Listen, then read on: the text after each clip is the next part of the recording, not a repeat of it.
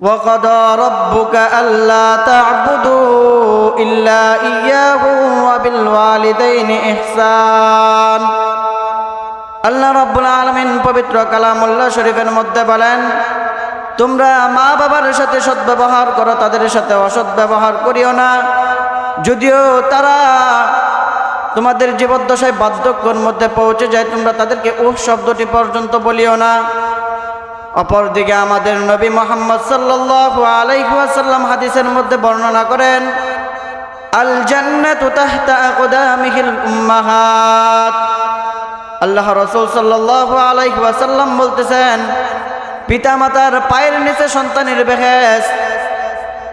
আমরা যদি আল্লাহর কোরআনের দিকে লক্ষ্য করি এবং রাসূলুল্লাহ সাল্লাল্লাহু আলাইহি ওয়াসাল্লামের হাদিসের দিকে লক্ষ্য করি, তাহলে আজকে আমাদের কোরআন এবং হাদিসের পুরোটাই বিপরীত হচ্ছে।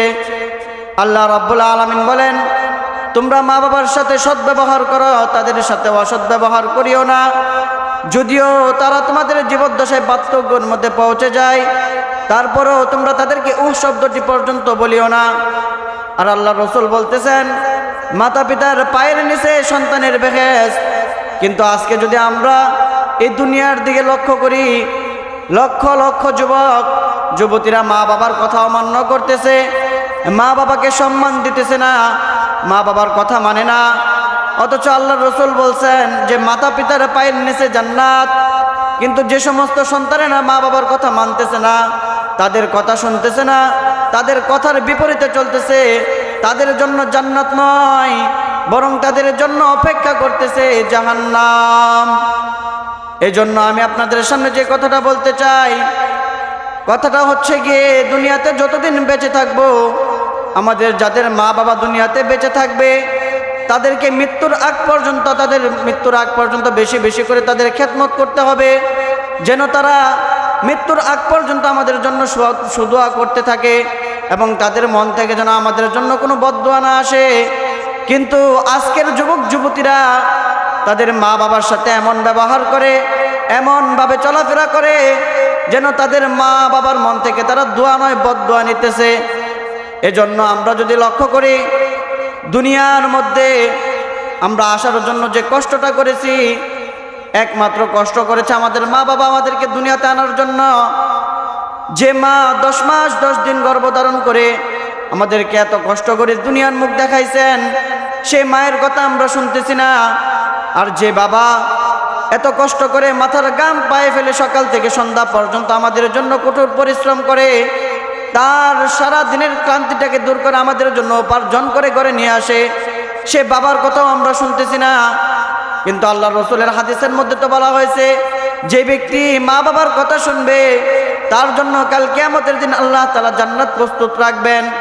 আমরা যদি দুনিয়ার কথাবার্তাগুলো চিন্তা ফিকির করি, তাহলে তো হাদিসের পুরোটাই উল্টো হয়ে যায়। আজকে অনেক যুবক যুবতীরা মা বাবাকে মানে না। আপনাদেরকে যদি সাধারণ একটা দৃষ্টান্ত দেখায়, তাহলে আপনারা বুঝতে পারবেন। বেশি দূরে যাওয়ার দরকার নাই।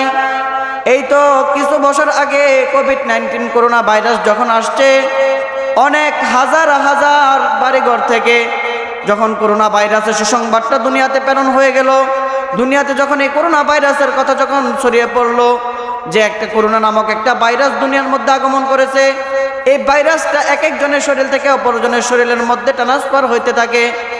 অনেক ঘরের মধ্যে দেখা গেছে কারো ছেলে সন্তানের শরীরের মধ্যে করোনা ভাইরাস হয়েছে, কারো মেয়ের শরীরে করোনা ভাইরাস প্রবেশ করেছে।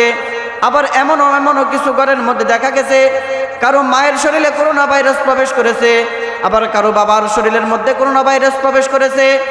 আমি এই করোনা ভাইরাসটা কথার বলার একমাত্র উদ্দেশ্য কারণ হচ্ছে গিয়ে, যখন কোভিড-19 করোনা ভাইরাস আমাদের বাংলাদেশের মধ্যে আসার পরে লক্ষ লক্ষ সন্তানের শরীরে কোভিড-19 করোনা ভাইরাস প্রবেশ করেছে, লক্ষ লক্ষ যুবকের শরীরের মধ্যে কোভিড-19 করোনা ভাইরাস প্রবেশ করেছে।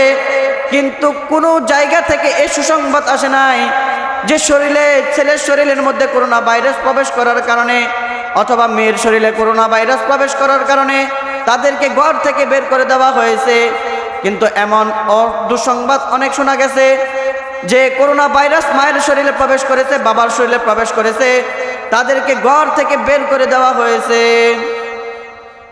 শুধু তাদেরকে ঘর থেকে বের করে দেওয়া হয় নাই, অনেক মানুষ তো দেখা যায় তাদের মা বাবা যখন বৃদ্ধ হয়ে যায়, তাদের মা বাবার কষ্ট যখন সহ্য করতে না পারে, তারা কি করে গ্রামে পল্লী নগরীতে অথবা শহর এলাকার মধ্যে গিয়ে তাদেরকে বৃদ্ধাশ্রমে রেখে আসে। কিন্তু এই করোনা ভাইরাসটা এসে কি করেছে, যখন মা বাবার শরীরের মধ্যে করোনা ভাইরাস প্রবেশ করেছে, তখন তাদেরকে বাড়িঘর থেকে শুধু বের করে নাই, তাদেরকে বৃদ্ধাশ্রমে শুধু নিয়ে যায় নাই, তাদেরকে এমন এক পর্যায়ে নিয়ে দাঁড় করাইছে যে তাদেরকে রাস্তার পাশে নিয়ে ফালায় রাখছে। শত শত কুকুর, এখানে হিংস্র জানোয়াররা কি করে এই রাস্তা দিয়ে পথ চলাফেরা করে, এই রাস্তার মধ্যে নিয়ে মা বাবাকে কি করছে, তারা ফেলে রেখে আসছে। অথচ আল্লাহ রাব্বুল আলামিন কোরআনের মধ্যে বলছে, তোমরা তোমাদের মা বাবার সাথে কি করো, সদ্ব্যবহার করো। আল্লাহ রাব্বুল আলামিন বলেন, দুনিয়াতে যদি আমি আল্লাহর ইবাদত করার পরে যদি কারো ইবাদত করার যোগ্যতা গ্রহণ থাকতো, তাহলে সেটা হচ্ছে মা বাবার ইবাদত করা। অথচ আমরা দুনিয়ার মধ্যে মা বাবাকে কদর দিতেছি না, মা বাবার যে সম্মান পাওয়ার, যে হক পাওয়ার ছিল, সে হকটা আমরা আদায় করতেছি না। অথচ আমরা যদি দুনিয়ার দিকে লক্ষ্য করি, যত বড় যুগ শ্রেষ্ঠ আলেম হয়েছে, যত বড় আল্লাহর ওলি হয়েছে, যত বড় বুজুর্গ হয়েছে, সবগুলো আলেম এবং সবগুলো বুজুর্গ এবং সবগুলো বড় বড় আলেমদের পিছনে তাদের মা বাবার অবদান, এবং বড় বড় চাকরিজীবীদের পিছনে তাদের মা বাবার অবদান একমাত্র। মা বাবার দোয়া ছাড়া কোনো সন্তান কি করতে পারবে না, উপরে উঠতে পারবে না। এই জন্য বলা হয়েছে যে মা বাবার দোয়ায় কি তোমাকে জান্নাত পর্যন্ত নিয়ে যাবে, আবার এই মা বাবার বদদোয়ায় তোমাকে জাহান্নাম পর্যন্ত নিয়ে যাবে। আমি আপনাদের সামনে সংক্ষিপ্ত একটি ঘটনা বলবো, বলে আমার যে মূল বয়ান আমি সেটা কি করবো, আপনাদের সামনে গুছিয়ে নেব। তো এই যে আমাদের কাবা শরীফের ইমাম আব্দুর রহমান আস-সুদাইস, তিনি যখন ছোট ছিলেন, ছোট থাকা অবস্থায় তার মা তাকে নিয়ে হজ করতে গেছেন। হজ করতে গিয়ে যখন আব্দুর রহমান আস-সুদাইসকে নিয়ে কি করলেন, তাওয়াফ করতেছিলেন, অর্থাৎ চক্কর দিতেছিলেন। আব্দুর রহমান আস-সুদাইস তার মার সাথে কি ছিল, ওই কাবা শরীফের সামনে উপস্থিত ছিল। আব্দুর রহমান আস-সুদাইসের মা চিন্তা করলো, সে তো ছোট বাচ্চা, তাকে নিয়ে কাবা শরীফটা 7টা তবক চক্কর দেওয়া আমার জন্য কষ্টকর হয়ে যাবে। এই জন্য আব্দুর রহমান আস-সুদাইসকে তার মা কি করলো, এই কাবা শরীফের গিলাফের সামনে দাঁড় করায় রেখা একটা চক্কর দিতে গেল। চক্কর দিয়ে এসে দেখে আব্দুর রহমান আস-সুদাইস কি করতেছেন, উনি কাবা শরীফের গিলাফ ধরে কি করতেছে, জড়াজড়ি করতেছে।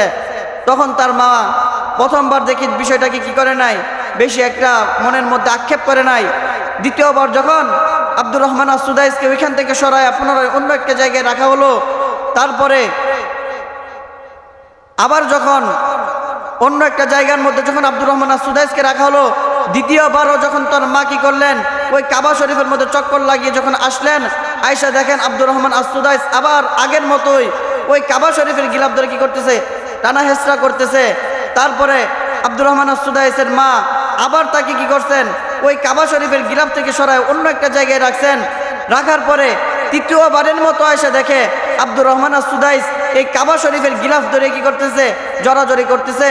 তখন আব্দুর রহমান আস-সুদাইসের মা দোয়া করলেন আল্লাহ রাব্বুল আলামিনের দরবারে, যে হে আল্লাহ, তোমার এই আব্দুর রহমান আস-সুদাইস যেহেতু তোমার জন্য এতই পাগল, তোমার কাবার গিলাফ ধরে যখন এতই টানা হেসরা করতেছে, তুমি তাকে কাবার ইমাম বানায় দাও।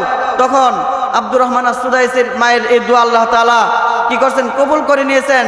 এবং এই কাবা শরীফের মধ্যে এখন বর্তমান যে ইমাম আছেন আব্দুর রহমান আস-সুদাইস, একটা কিতাবের মধ্যে তার এই নিজের ঘটনার সুন্দর করে বর্ণনা করেন।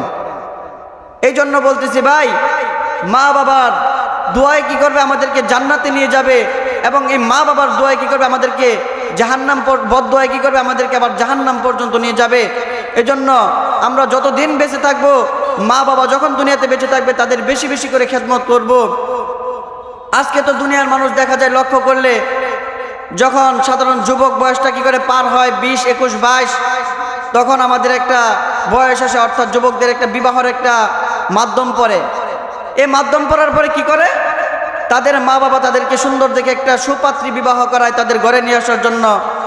কিসের জন্য নিয়ে আসে, যেন যে মা বৃদ্ধ মাটা আছে সেই মায়ের সেবা করতে পারে, বৃদ্ধ বাবাটা আছে ওই বাবার সেবা করতে পারে, আর যে সন্তানটাকে বিবাহ করা হয়েছে ওই সন্তানটার জন্য খেদমত করতে পারে। একমাত্র সেই কারণেই ঘরের মধ্যে বিবিকে নিয়ে আসা হয়। কিন্তু এই বিবিকে যে নিয়ে আসতেছে ঘরের মধ্যে, নিয়ে আসার পর যে উদ্দেশ্য করে মা বাবা তাকে বিবাহ করাইলো, এর বিপরীতটা হয়ে যায়। কি হয়, যেই ছেলেটাকে বিবাহ করানো হয়েছে, করানোর পর ওই বউটা যখন আসে ঘরের মধ্যে, আসার পর ওই ছেলেটা কি করে, বউ পাগল হয়ে যায়।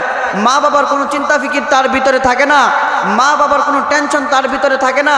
তার মা বাবা কি দুনিয়াতে বেঁচে আছে কি মরে গেছে সেই দিকে সে লক্ষ্য করে না। সে প্রত্যেক দিন রাত্রেবেলা কি করে, তার বউয়ের জন্য হাতে করে দই নিয়ে আসে, তার বউয়ের জন্য আপেল কিনে নিয়ে আসে, তার মায়ের জন্য কমলা কিনে নিয়ে আসে, কিন্তু তার যে দুনিয়ার মধ্যে মা বাবা বেঁচে আছে সেদিকে তার কোনো চিন্তা ফিকির তার নাই। অথচ কোরআনের মধ্যে বউয়ের খেদমত করার কথা আল্লাহ বলে নাই, হাদিসের মধ্যে বউয়ের খেদমত করার জন্য আল্লাহ রসুল বলে নাই। যে কথাটা বলা হয়েছে মা বাবার খেদমত করার জন্য, হ্যাঁ বউকে আপনি এনে দিবেন, কিন্তু বউয়ের পরে বউয়ের আগে মা বাবাকে আনতে হবে, মা বাবার জন্য আপেল কমলা নিয়ে আসতে হবে। তাদের মনটাকে যখন আপনি খুশি করবেন তখন আপনার এই দুনিয়া টকিয়ে যাবে, সুন্দর হয়ে যাবে এবং আখিরাতটাও সুন্দর হয়ে যাবে। আল্লাহ রসুল সাল্লাল্লাহু আলাইহি ওয়াসাল্লামের একটা হাদিস, হযরত আবু হুরায়রা রাদিয়াল্লাহু তাআলা আনহু বলতেছেন যে এক সাহাবা আল্লাহ রসুল সাল্লাল্লাহু আলাইহি ওয়াসাল্লামের দরবারে এসে উপস্থিত হয়ে আল্লাহ রসুল সাল্লাল্লাহু আলাইহি ওয়াসাল্লামকে বললেন, ইয়া রাসূলুল্লাহ, দুনিয়াতে বেঁচে থাকা অবস্থায় আমার সবচাইতে বেশি সদ্ব্যবহার পাওয়ার হক কে রাখে? তখন আল্লাহ রসুল সাল্লাল্লাহু আলাইহি ওয়াসাল্লাম বললেন, তোমার মা। সাহাবী যখন আবার প্রশ্ন করলেন, ইয়া রাসূলুল্লাহ, তারপরে কে হক বেশি রাখে? তখন আল্লাহ রসুল সাল্লাল্লাহু আলাইহি ওয়াসাল্লাম দ্বিতীয়বার আবার বললেন, তোমার মা। তৃতীয়বার যখন সাহাবী আবার প্রশ্ন করলেন, ইয়া রাসূলুল্লাহ, দ্বিতীয়বারের পর কে বেশি হক আদায় করার যোগ্যতা রাখে? তখন আল্লাহ রসুল সাল্লাল্লাহু আলাইহি ওয়াসাল্লাম বললেন, তোমার মা। এমনিভাবে যখন তিনবার প্রশ্ন করা হলো আল্লাহ রসুলকে, চতুর্থবারের মধ্যে গিয়ে আল্লাহ রসুলকে যখন প্রশ্ন করলো তৃতীয়বারের পরে কে সবচাইতে বেশি হক আদায় করার যোগ্যতা রাখে, তখন আল্লাহ রসুল সাল্লাল্লাহু আলাইহি ওয়াসাল্লাম বলতেছেন যে তোমার বাবা। তো দেখেন হাদিসের মধ্যে আল্লাহ রসুল সাল্লাল্লাহু আলাইহি ওয়াসাল্লাম মাকে কত সম্মান দিয়েছেন। মাকে তিনবার মায়ের হকের কথা বলা হয়েছে, আর বাবার কথা বলা হয়েছে একবার। এজন্য আমরা যতদিন দুনিয়াতে বেঁচে থাকবো, যে মা আমাদেরকে কষ্ট করে 10 মাস 10 দিন গর্ভধারণ করেছে, সে মায়ের যতটুকু হক আছে আমরা যেন মা বাবার হকগুলা যেন পুঙ্খানুপুঙ্খ আদায় করতে পারি। এবং যে বাবা আমাদেরকে এত কষ্ট করে রোদ বৃষ্টিতে আমাদেরকে কি করতেছে, আমাদেরকে সুখ দেওয়ার জন্য, আমাদের জন্য এত অক্লান্ত পরিশ্রম করতেছে, আমরা যেন সেই মা বাবাকে যেন দুনিয়াতে বেঁচে থাকা অবস্থায় যেন তাদের মৃত্যুর আগ পর্যন্ত যেন তাদের খেদমত করে তাদের মনটাকে যেন আমরা জুগিয়ে আমরা যেন দুনিয়ার জীবনটাকেও যেন কামিয়াব করতে পারি এবং আখিরাতের জীবনটাকে যেন কামিয়াব করতে পারি, সেই তৌফিক যেন আল্লাহ তাআলা আমাদের সকলকে দান করেন। এবং আমি ছোট মানুষ এতক্ষণ যে কথাগুলো বলছি, আল্লাহ তাআলা এই মাইকের আওয়াজ যত দূর পর্যন্ত গেছেন প্রত্যেকটা যুবক ভাই বোনদেরকে যেন মা বাবার খেদমত যেন মৃত্যুর আগ পর্যন্ত করতে পারে, সেই তৌফিক যেন আল্লাহ তাআলা আমাদের সকলকে দান করেন। সকলে বলে আমিন।